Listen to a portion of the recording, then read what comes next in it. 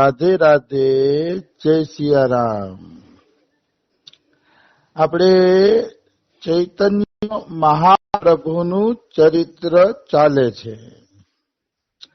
ચૈતન્ય મહાપ્રભુના ચરિત્રમાં આપણે આગળ વધીએ તો રંગમની અંદર ચૈતન્ય મહાપ્રભુ ચાતુર્માસ પૂરા કરે છે. હા, ચાતુર્માસ પૂરા કર્યા પછી ચૈતન્ય મહાપ્રભુ આગળ વધ્યા. એટલે રંગમ પછી મદુરા નામનો જિલ્લો આવે છે. એ મદુરા જિલ્લામાં ચૈતન્ય મહાપ્રભુએ પ્રવેશ કર્યો. હા, મદુરાની અંદર પરમાનંદ પુરી સાથે ચૈતન્ય મહાપ્રભુની ભેટ થાય છે અને પરમાનંદ પુરી સાથે મહાપ્રભુનો સત્સંગ થાય છે. 3 દિવસ અને 3 રાત ચૈતન્ય મહાપ્રભુ આ સત્સંગનો આનંદ લૂંટે છે. અહીંયા અને ત્યાંથી કામ કોટીપુરી થી આગળ વધીને મદુરા આવ્યા. ત્યાં મદુરાની અંદર રામદાસ નામના એક ભક્ત રહેતા હતા અને નાનકડી કુટિયાની અંદર ભજન કરતા હતા. પણ બહુ પહોંચેલા અને સિદ્ધ મહાપુરુષ હતા. ભલે એક નાનકડી કુટિયામાં જ રહેતા હતા પણ એક ભગવદ પ્રાપ્ત સિદ્ધ મહાપુરુષ હતા. એટલે એ ચૈતન્ય મહાપ્રભુને બોલાવ્યા. મહાપ્રભુજી એની કુટિયાએ ગયા. હવે રામદાસજી કોણ જાણે કઈ ભાવાવસ્થામાં ડૂબ્યા. બપોરના 12 વાગી ગયા તો પણ એને રસોઈ ન બનાવી. આંખ બંધ કરીને ધ્યાનમાં ડૂબી ગયા અને એવા ડૂબ્યા ને કે 12 વાગી ગયા તો એ રસોઈ ન બનાવી. એટલે ચૈતન્ય મહાપ્રભુ વિચારે છે કે 12 વાગી ગયા છે અને રસોઈ નથી બનાવી તો ઠાકોરજીને ભોગ ક્યારે લગાડશે. હા, એટલે ચૈતન્ય મહાપ્રભુએ પૂછ્યું કે બ્રાહ્મણ દેવતા, બપોરનો સમય વીતી રહ્યો છે, તમે ભોજન નહીં બનાવો એમ? ત્યારે રામદાસ ઉત્તર આપે છે કે પ્રભુ, હું તો ચિત્રકૂટના જંગલમાં છું. અને ચિત્રકૂટના જંગલમાં ભોજનની સામગ્રી ક્યાંથી મળે? લક્ષ્મણ ફલ ફૂલ લેવા ગયા છે. એ લક્ષ્મણ પાછા આવશે પછી સીતા માતા રસોઈ કરશે અને રસોઈ કરીને સરકાર એટલે કે રામજી જમશે અને રામજી જમશે પછી હું જમી શકી. હા, એટલે મહાપ્રભુને ખબર પડી ગઈ કે આ તો ચિત્રકૂટની લીલામાં ડૂબી ગયા છે. હા, કારણ કે એ તો પોતાની કુટિયામાં હતા. સીતા ને એ તો ત્રેતાયુગમાં થઈ ગયા પણ એનું ચિંતન એટલું ઘાટું હતું ચિત્રકૂટનું કે એ ચિત્રકૂટમાં પહોંચી ગયા હતા. હા, એટલે મહાપ્રભુને ખબર તો પડી ગઈ કે આ તો વનવાસ લીલામાં મસ્ત બની ગયા છે. આમ પણ જે લીલાનું ચિંતન કરો ને એ લીલાની અંદર તમને પ્રવેશ મળે. હા, જે લીલા માધુર્ય લીલાનું ચિંતન કરો તો માધુર્યમાં પ્રવેશ મળે. શક્ય લીલાનું ચિંતન કરો તો એમાં પ્રવેશ મળે. જે વસ્તુનું તમે ચિંતન કરો છો એની અંદર તમારો પ્રવેશ થાય છે.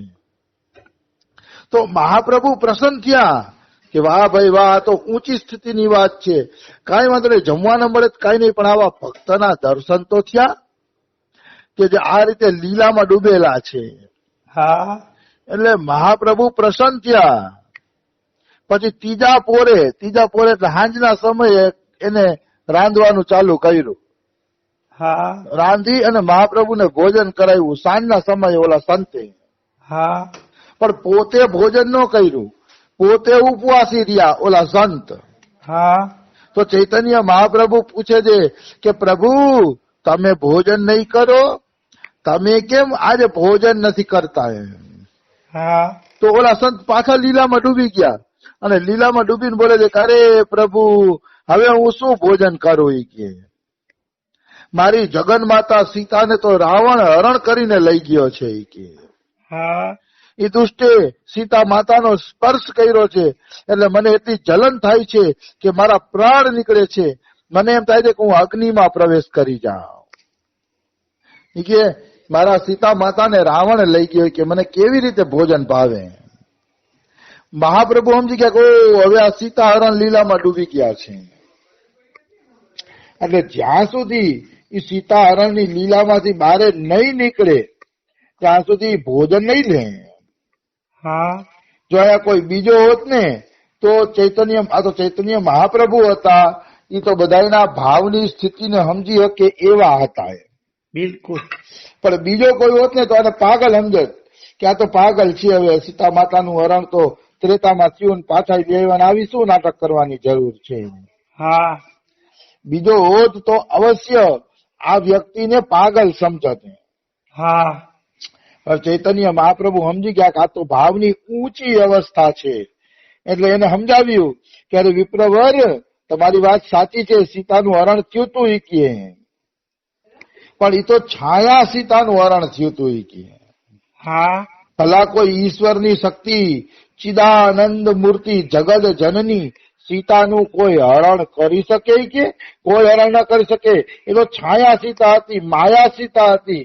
અને તોય રામ રાવણને મારી અને સીતાજીને પાછા લઈ આવ્યા છે.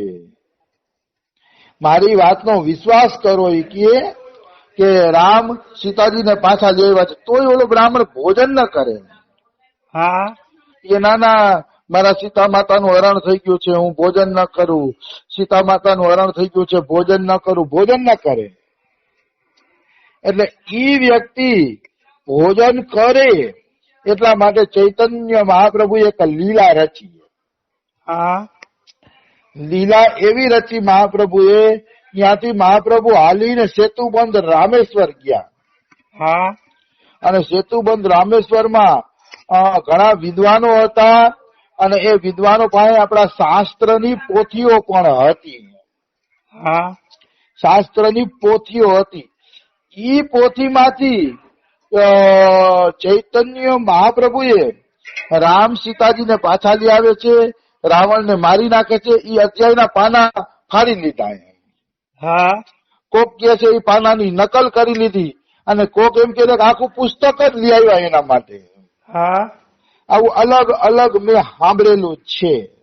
હા તો આપણે પુસ્તક લઈ ગયા એમ રાખે. ત્યાંથી શાસ્ત્ર મળ્યું ને તો મહાપ્રભુએ આખું પુસ્તક જ લઈ લીધું, હા વેચાતું. અને પછી એ પુસ્તક આ ભક્તને દેખાડી અને બતાવ્યું, જો વાંચો, રામ સીતાને પાછા લઈ આવ્યા છે, રાવણને મારી નાખ્યો છે, વાંચો વાંચો તમે. કે આ પોથીની અંદર વાંચો. ઓલા સંતે પોથીમાં વાંચ્યું ત્યારે હરખાઈ ગયું, અરે મારા સીતા માતા તો સુરક્ષિત પાછા આવી ગયા. વાહ. મારા સીતા માતા સુરક્ષિત પાછા આવી ગયા, હવે મારે કોઈ ચિંતા નથી. એમ કઈ પછી એને ભોજન લીધું. હા પછી ભોજન લે છે. તો આ રીતે ચૈતન્ય મહાપ્રભુ આ એક જે બ્રાહ્મણ હતા એની આ રીતે સેવા ચાકરી કરે છે, એને ભોજન લેવડાવે છે. અને છેલ્લે છેલ્લે ચૈતન્ય મહાપ્રભુ એને રામ રૂપમાં દર્શન આપે છે. વાહ રે વાહ. દર્શન, કારણ કે ચૈતન્ય મહાપ્રભુ ખુદ ભગવાન તો હતા જ. હા એટલે રામ રૂપમાં ચૈતન્ય મહાપ્રભુ દર્શન આપે છે કે જો ભાઈ, હું જ તું જેનું ધ્યાન કરસ ને એ રામ હું જ છું એમ. હા પછી રામ રૂપમાં દર્શન આપીને એને કૃતાર્થ કરે છે. આ આખો જે પ્રસંગ છે એ આખા પ્રસંગમાં સાર વાત એ છે કે તન્મયતાથી ચિંતન થવું જોઈએ. હા તમે કોઈ માનો ચિત્રકૂટ લીલાનું ચિંતન કરતા હોય તો મન ત્યારે ચિત્રકૂટમાં જ હોવું જોઈએ. આડા ચૂકું ક્યાંય ભ્રમણ કરવું જોઈએ નહીં. આ વસ્તુ છે. જે વસ્તુનું તમે ચિંતન કરો છો, જે વસ્તુના ચિંતનમાં તમે ડૂબેલા છો, તો એમાં ડૂબી જાઓ. જગતને શું પછી યાદ કરવાનું હોય એમ.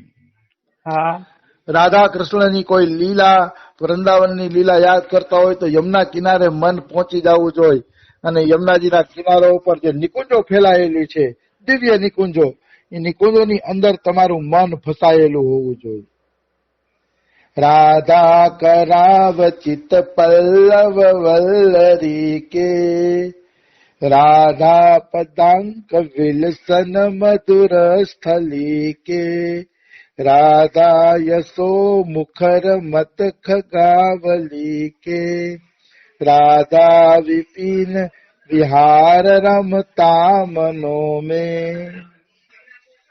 આ શ્લોક હિતરવંશજીએ લખ્યો છે રાધા સુધાનિધિ પુસ્તકમાં, હા અને એમાં લખે છે રાધા કરાવ ચિત્ત પલ્લવ વલ્લરી કે, હે ચિત્ત જો તારે લાગવું હોય તો જે લતા અને વેલાઓને રાધા રાણીએ સ્પર્શ કર્યો છે હાથેથી, એ લતા પતાઓના ચિંતનમાં ડૂબેલો રહેતો, એની બારે ન જાતું, એ લતા પતાના ચિંતનમાં તારું મન રાખે. ક્યાં લતા પતા? તો કે રાધા રાણી જયારે સાંજે વિહાર કરવા નીકળે છે, વન વિહાર કરવા, ત્યારે અમુક લતા પતા રાધા રાણીને અતિશય ગમી જાય છે. એટલે એ લતા પતા ઉપર હાથ ફેરવીને રાધા રાણી એને પ્રેમ કરે છે. એ લતા પતાઓને હાથ ફેરવીને રાધા રાણી એને ભાવ પ્રેમ આપે છે. એ લતા પતામાં તું તારું મન રાખે.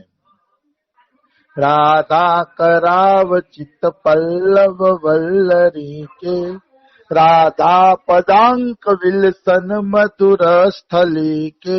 પદાંક એટલે રાધા રાણીના ચરણની છાપ જે રસ્તાઓ ઉપર પડી છે, અને જે રસ્તાઓમાં રાધા રાણીએ વિહાર કર્યો છે એ મન એની અંદર ડૂબેલું રહે, કે જે રસ્તા ઉપર રાધા રાણીએ ચરણ રાખ્યા છે. રાધા રાણી જયારે વિહાર કરવા નીકળે ને ત્યારે નાની નાની વ્રજની ગલીઓ હોય, બગીચા હોય, બાગ બગીચા, યમુનાજીનો કિનારો, તો કે જ્યાં જ્યાં રાધા રાણીએ વિહાર કર્યો છે, અને એ વિહારમાં જ્યાં જ્યાં રાધા રાણીના પદાંક એટલે ચરણની છાપ, જ્યાં ચરણની છાપ પડેલી છે રાધા રાણીની, હે મન તું યા જગ્યાએ રમણ કર, એનું તું ચિંતન કર. રાધા પદાંક વિલસન મધુર સ્થલી કે, રાધા યશો મુખર મત ખગાવલી કે. પછી કહે છે કે જે વૃંદાવનની ડાળખી ઉપર પશુ પક્ષી ડાળખી ઉપર બેસીને રાધા રાધા રાધા રાધા બોલી રહ્યા છે, હે મન તું એ પક્ષીઓનું ચિંતન કર. હા એ પક્ષીઓનું ચિંતન કર કે જે પક્ષી રાધા રાધા રાધા બોલી રહ્યા છે. અને વાત બિલકુલ સાચી છે, એમાં કોઈ એટલે કોઈ શંકા નથી.